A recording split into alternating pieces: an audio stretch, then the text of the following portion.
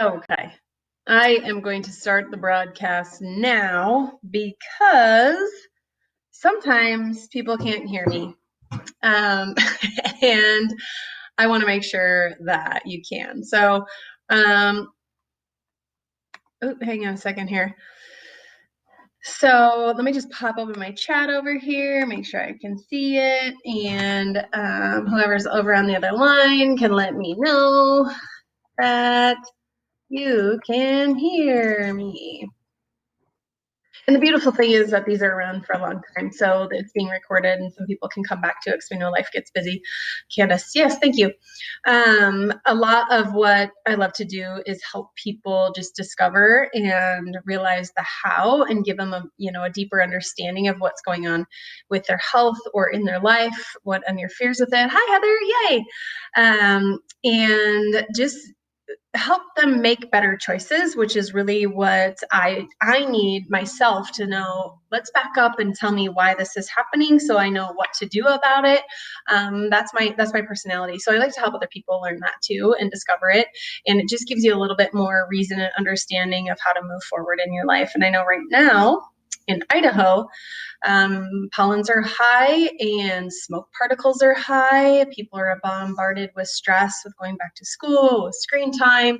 There's a lot of things that are going on, and I'm hearing a lot more about allergies and swollen lymph nodes and clogged sinuses and our bodies trying to process all the stress that's there. So we're going to talk about it, and we're going to talk about a couple things that are kind of cool, and it's really your immune system.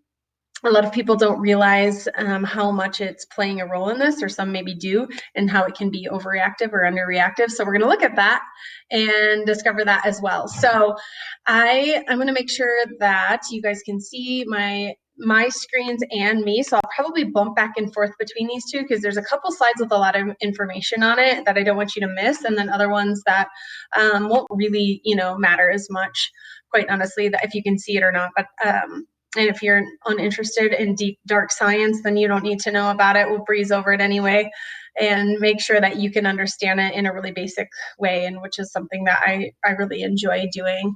A lot of what we're going to talk about is your gut, your immune system, and your brain, and how to optimize those systems. Not very many people realize that your brain is in control of everything.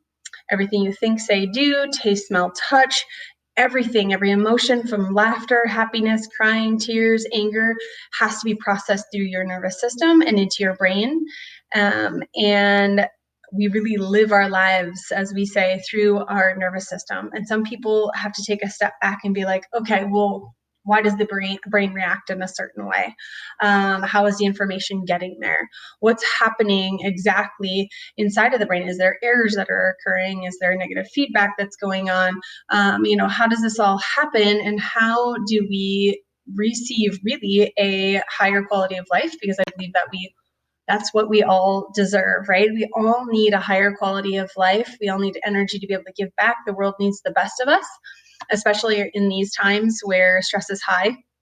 We need some positive influence that's in our lives. And the best way to do it is get a calm, organized brain. And we're going to talk about that and talk about how to really make sure that all systems are running and firing in all cylinders, and kind of tie a few systems together that you might not even realize are tied together. So we're going to kind of come up into this 30,000 foot view and then work our way down and look at how the brain affects your immune system, your digestive system, and your endocrine system, which is, something that we're not going to necessarily cover hormones in here, but how it can influence the way our bodies and our brains operate together. Here's a quote that I include this on basically every single one of my presentations, but I love Dr. Bruce Lipton. He's an amazing researcher, and he was the guy that had discovered that a lot of our things that we're experiencing, while we want to blame genes, it's actually the environment we've put ourselves in. So he's the one that discovered epigenetics and the way we turn on genes in our environment, which is why we talk very closely about having a really optimal environment to live in, so that why you might be dealt kind of a crummy hand, you can play that crummy hand really well and not turn on some of those genes that we feel like we might be falling victim to in our lives. And it says, sorry, I didn't read the quote, but it says the function of your nervous system, which is the feedback system to your brain, its job is to perceive the environment and coordinate the behavior of all other cells. So when we're looking at the nervous system and how our brain takes in information, it's through our senses. And as you see on there, I've listed more than 5 senses. I know that's our traditional understanding of what our senses are, but that's how we take in the world. And some of the senses we don't really realize are there and missing, and how our brain does receive the information is also enteric. So how you feel internally. How does your stomach feel? How's your heart feel? How's your literally your internal organs feeling? And then also really, really importantly is proprioception, or balance movement. Where are you at in time and space? People don't realize how important that actually plays into your brain, and how much of an energy suck it can be into the brain if you are experiencing poor balance and coordination, if you are experiencing a motor system that's off, if you don't know how much pressure to put on joints when you're walking, if you don't have the coordination and precision that you need to just be able to move through time and space, if you're sitting for too long and your brain is feeling stressed that way, those are really big senses. And when those are off, our brain is off. If you remember when we were itty bitty babies, you probably don't remember, your nervous system does. But when we were very young, and we would check the baby out at a pediatrician or to another doctor's office, they're looking at motor milestones. They're looking at movement. They're looking at, can the brain and the body do this?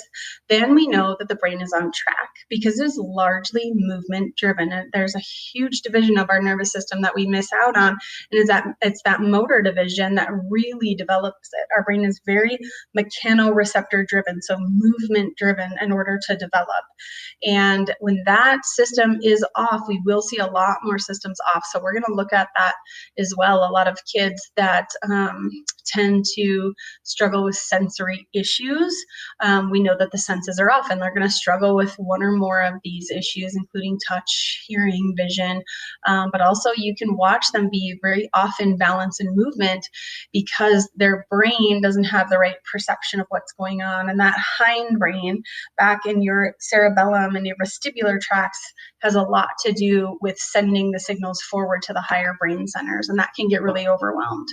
And we're going to touch on that just a little bit more here in a moment, and how that can get off as well. But when you're looking at the nervous system, it's got 2 modes of operation. And this is where we're really taking that, 30,000 foot view on, okay, we've got the brain, we've got the nervous system, we've got the senses that those nerves are taking in the information, your brain's picking it up.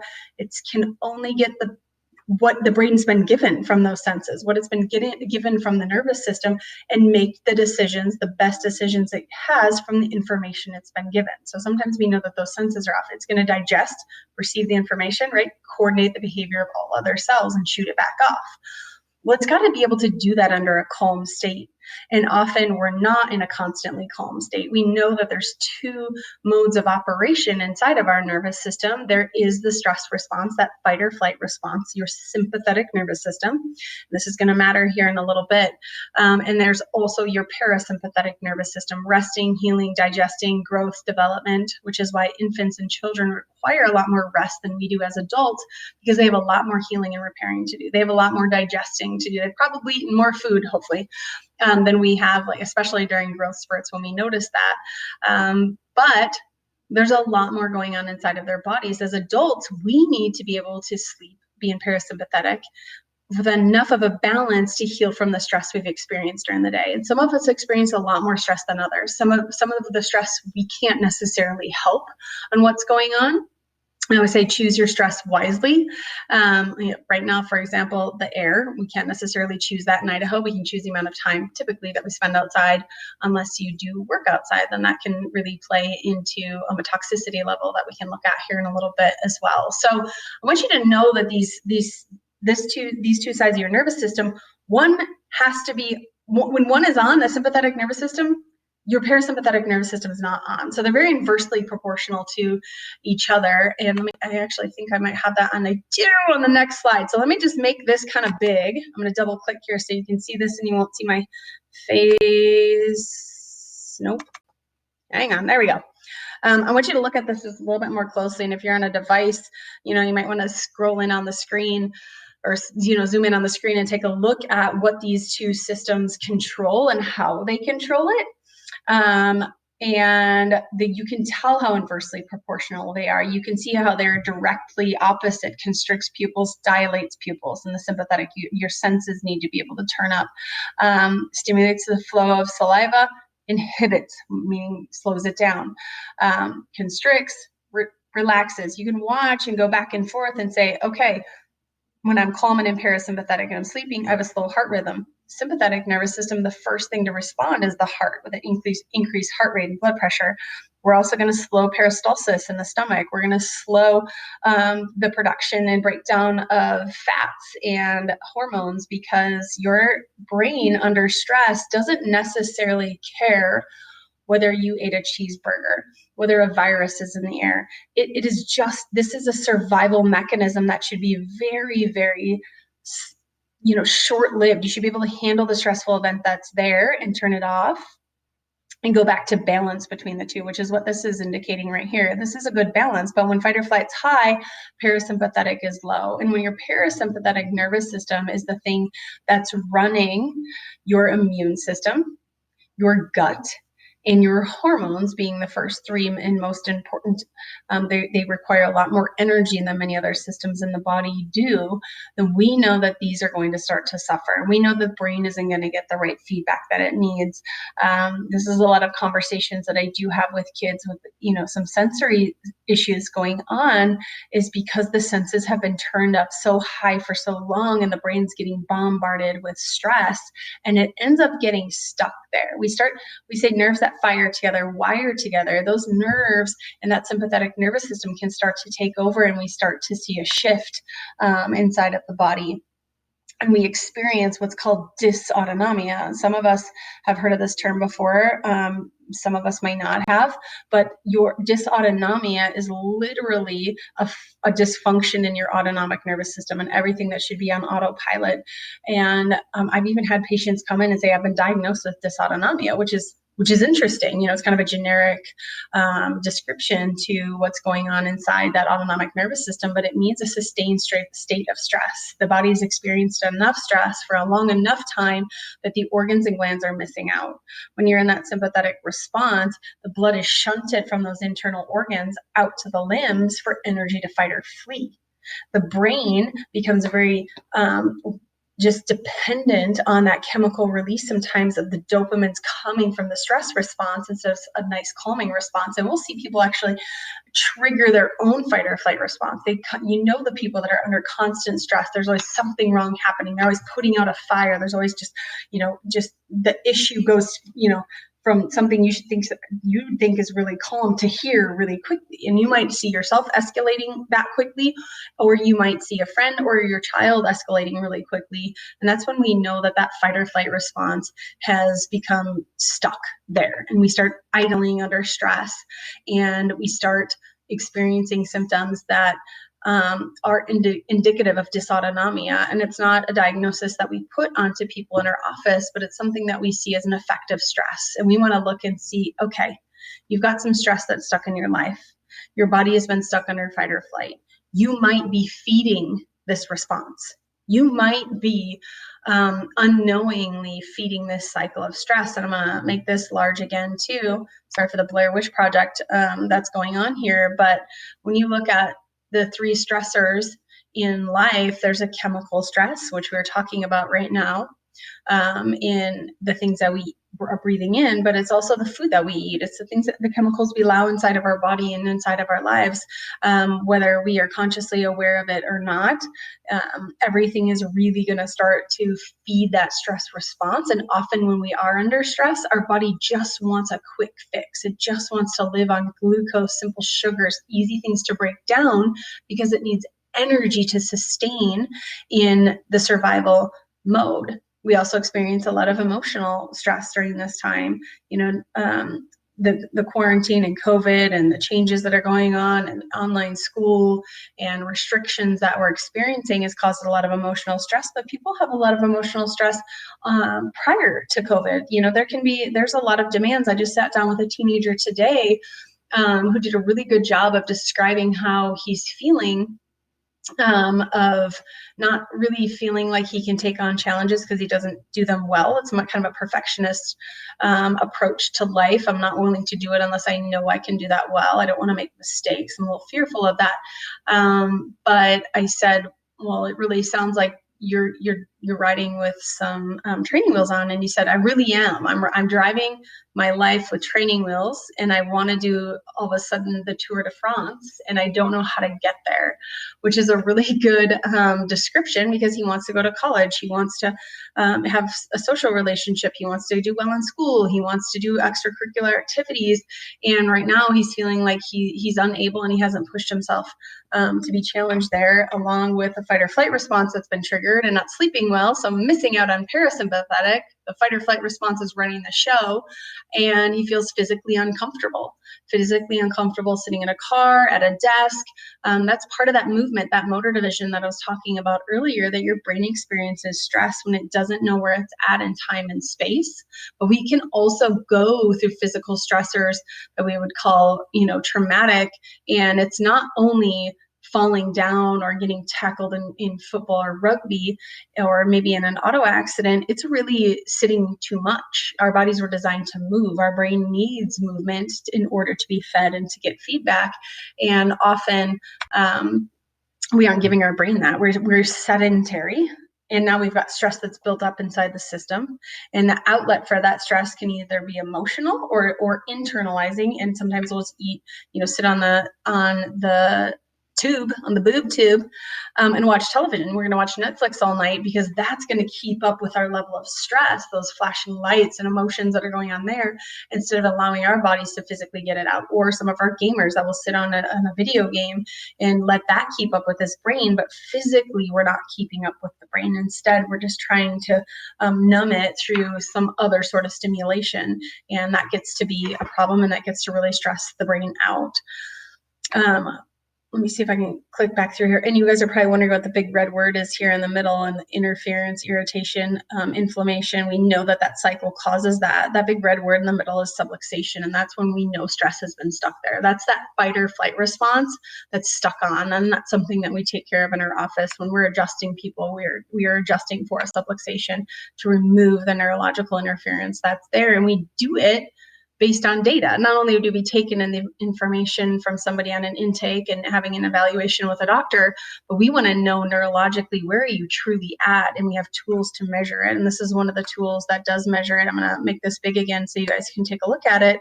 It's really going to measure how far you are idling. This test is taken at a state of rest, where you should feel calm. You should feel a balance between sympathetic and parasympathetic. If you remember that teeter-totter analogy that I just showed on there. Here's our graph. And when you're idling 3 minutes at rest during this test, and your heart is indicating to us you are feeling stress, when your skin conduction on the galvanic metal is indicating your body feels tense and stressed, we're going to see a shift at ease, right? While you're sitting there calmly, your body feels like it's under a state of stress. And that's when we know we're going to have some dysautonomia. That's when we know the autonomic nervous system is going to be under pressure and missing out on the parasympathetic and some of the things that it really truly needs in order to heal and repair. I know I haven't talked about allergies yet, but you can start to see how stress can start to interfere with autonomic nervous system function, and that immune system being the number one system in the body outside of the digestive tract that needs a lot of energy in order to operate.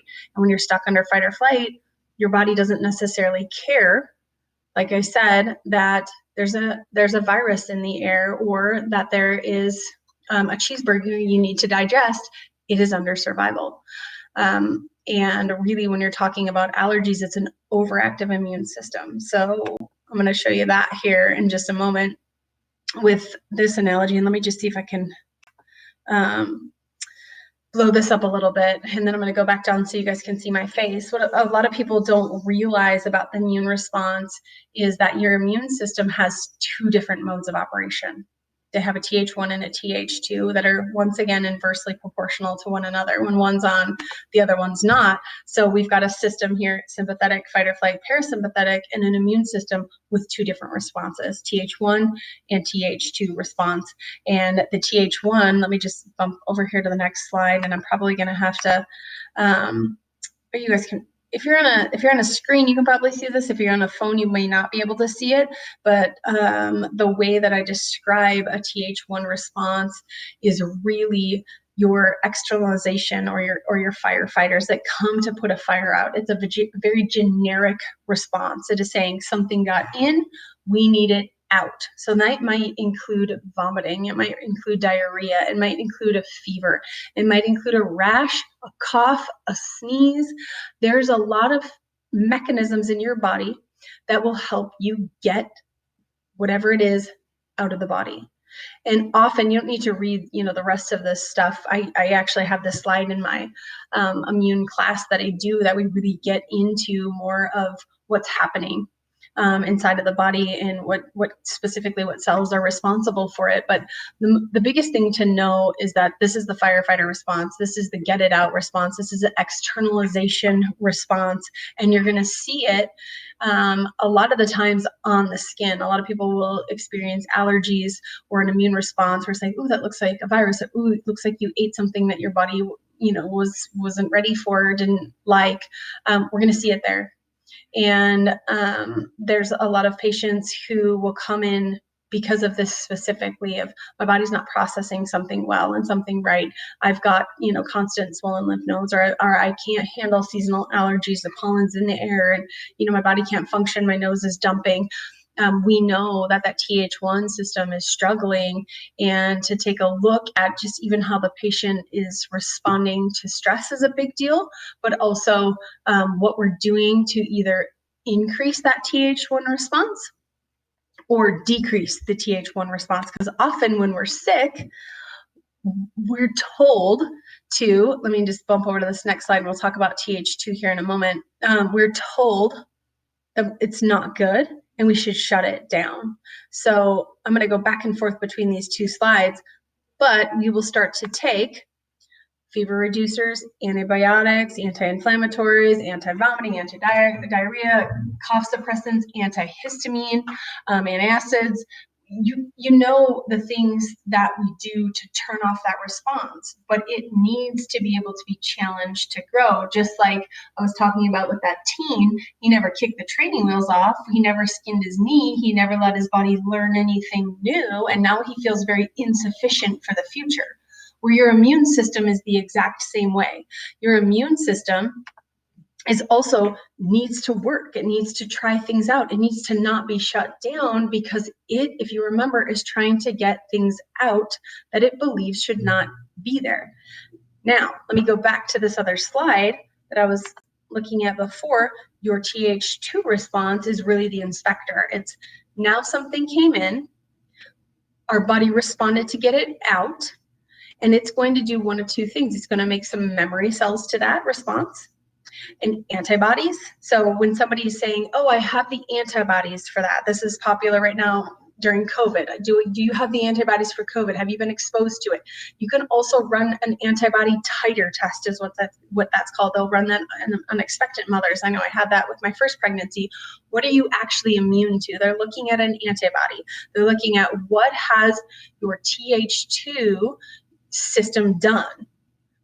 Has it been able to respond to this? Have you experienced it? If you have, you might have a little bit of an army to something if you've been exposed to it artificially through an injection, or have you been exposed to the natural thing, and is your body making a bigger response? Because really your immune system is going to respond the way that it needs to.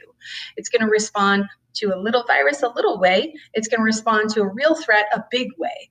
And you're going to make antibodies, memory cells to whatever that virus is that entered inside of your body.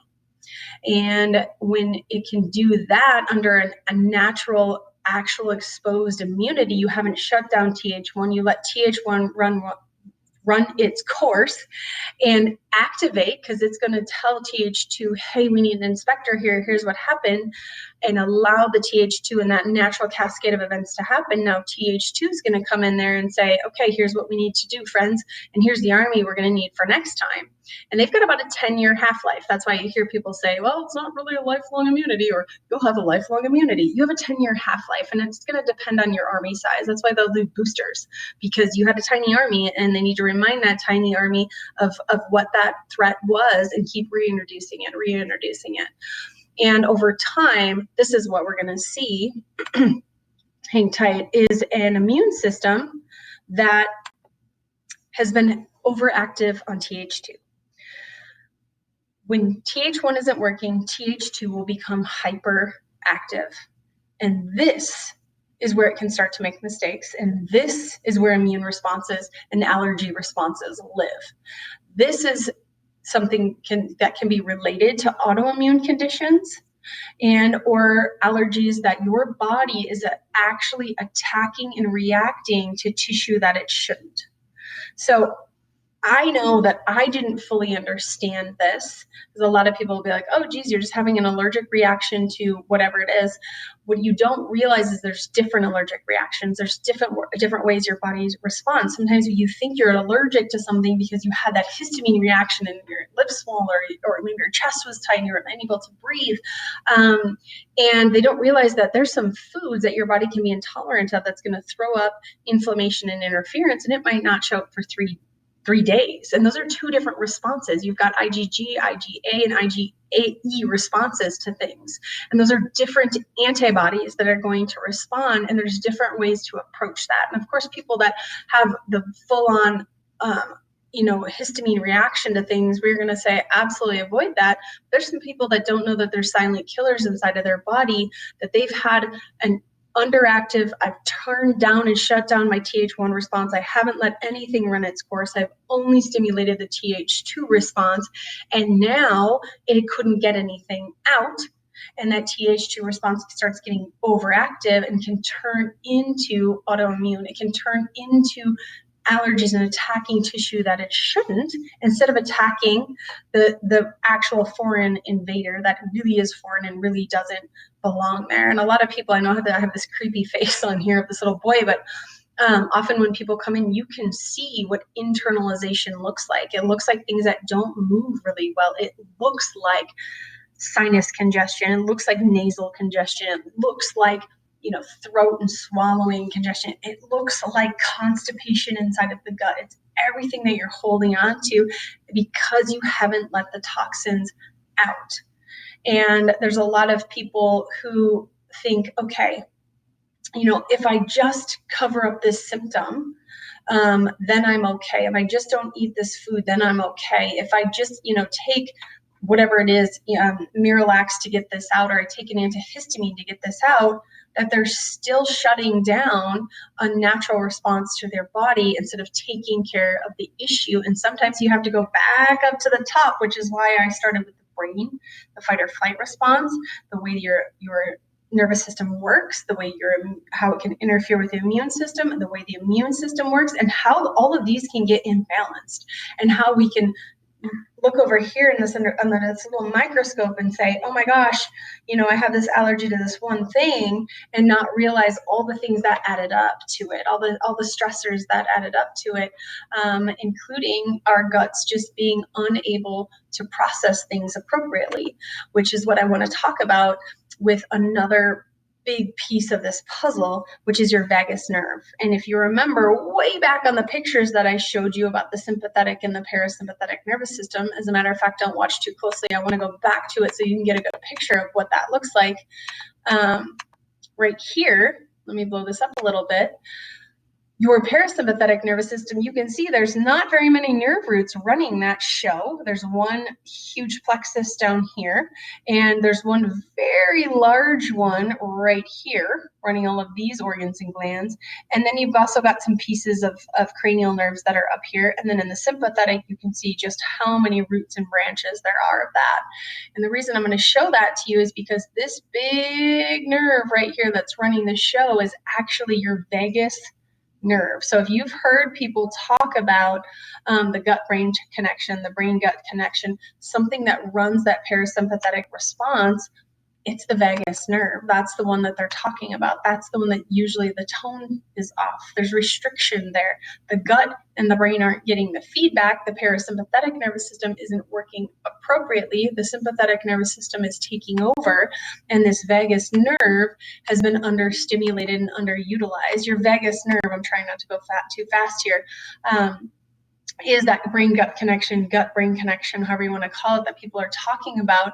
But it's one of only 2 cranial nerves that do exit the cranial vault. It comes next to your first cervical vertebra, has 9 times more fibers than any other nerve in the body, and something that we are stimulating during our chiropractic adjustments. A lot of people will have a vagal nerve reaction because we're freeing that vagus nerve up to do its job, to run the parasympathetic nervous system. And sometimes what that looks like is externalization.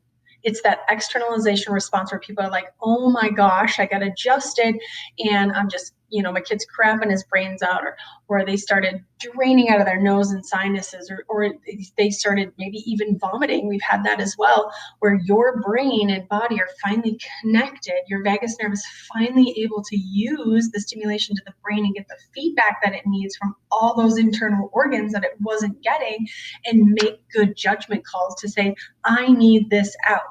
And why some people might say like, oh my gosh, that's really scary. Wow, I didn't know my body would just like let go of everything. And by the way, sometimes it can be emotions, and it can be kind of, traumatic. Or some people like, gosh, my kid or my baby didn't stop sleeping after they got adjusted. They just fell asleep in the car and slept all night and woke up for breakfast. That never happens. Can it cause acne? Heather, I don't know when you asked that question, but absolutely. Your skin outside of your liver is the number one place that toxins can be released. So when your body is feeling inflamed or under stress, it's going to come out the pores. It can also be part of that toxic response. I know we've had conversations too about, food stressors that might be there, but that's one of the things that we definitely see is acne. We also see eczema. We also see just little skin bump rashes on people. We see just pore complexes. We'll see what we call like a little rosacea look, which is a little inflammation along the face right here. That's red.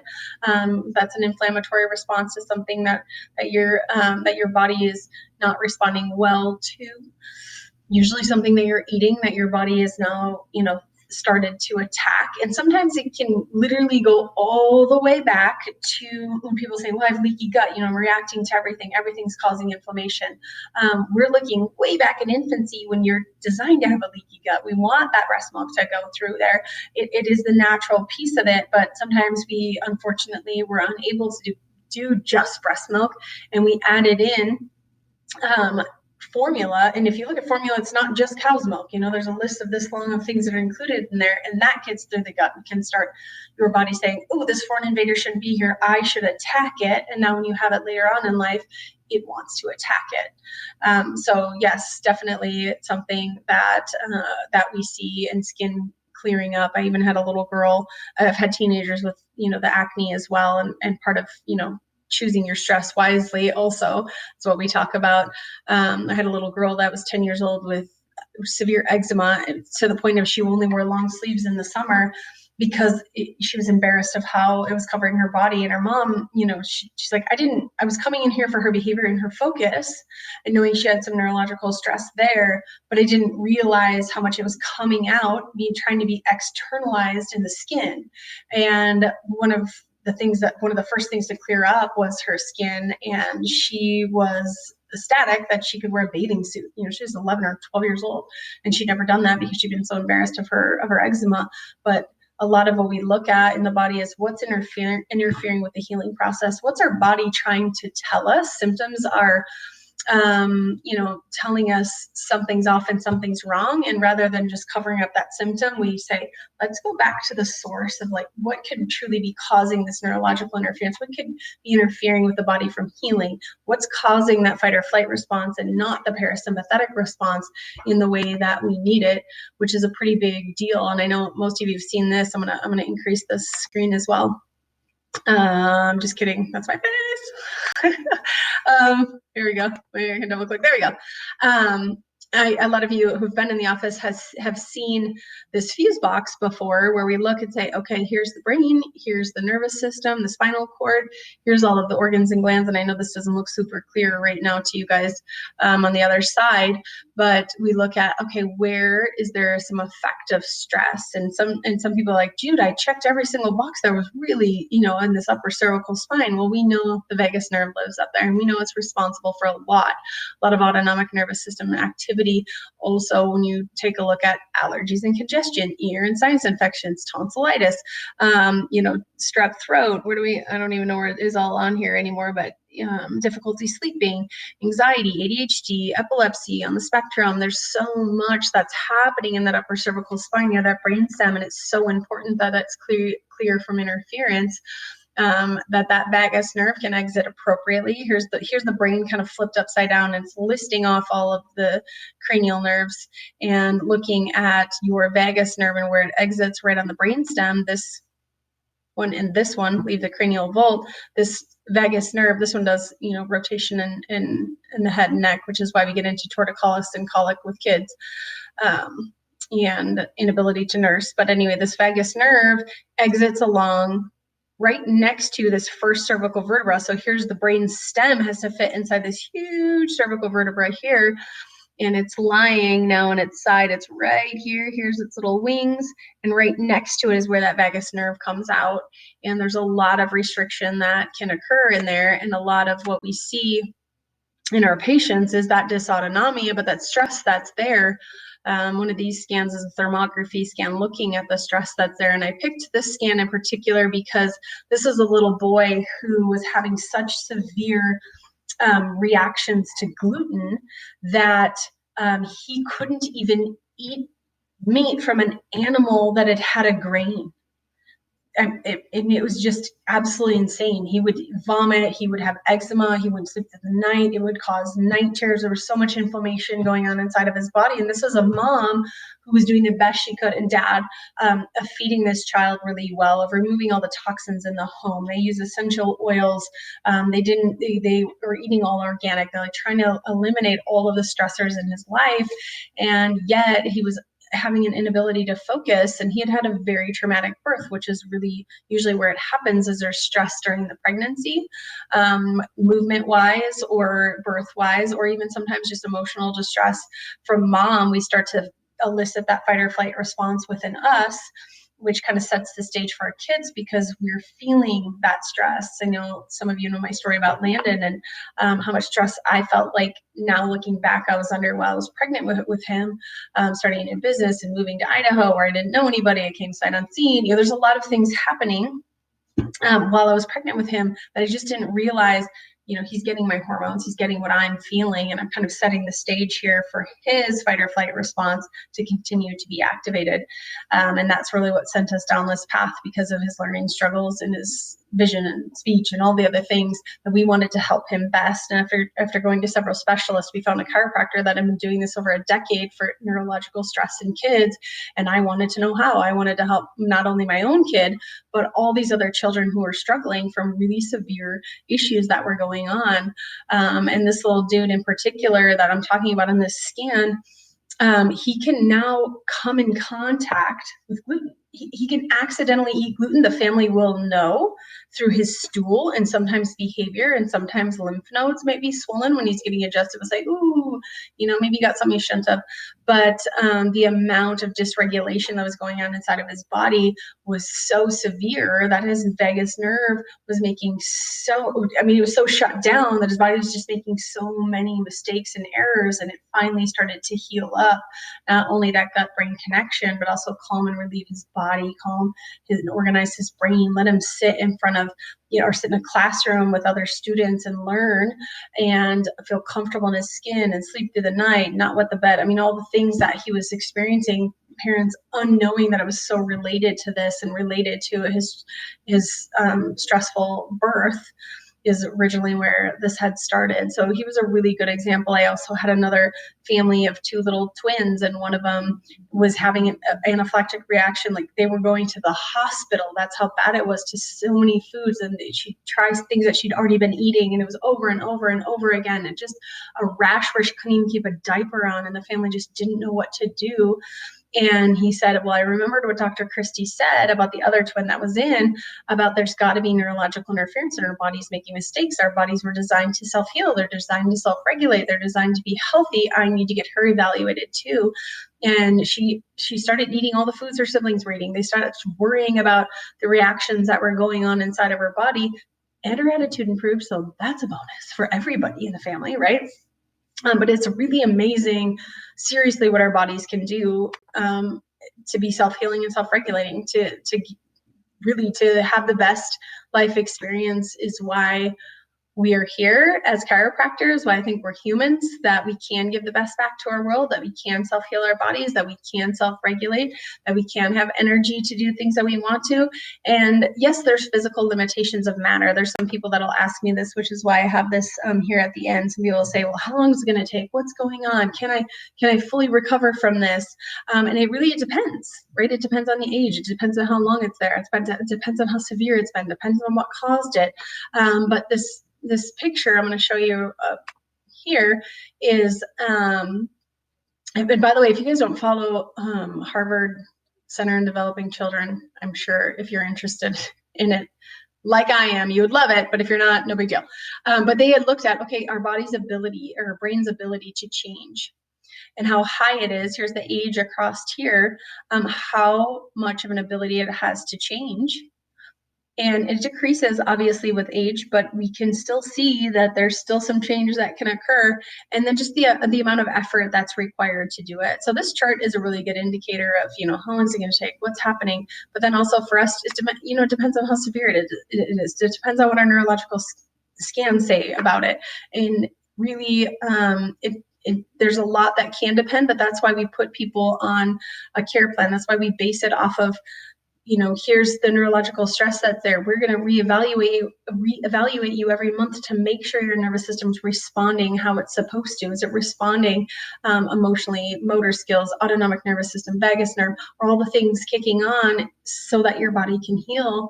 And we also do ongoing care for patients for well care, because we know stress is going to always be there.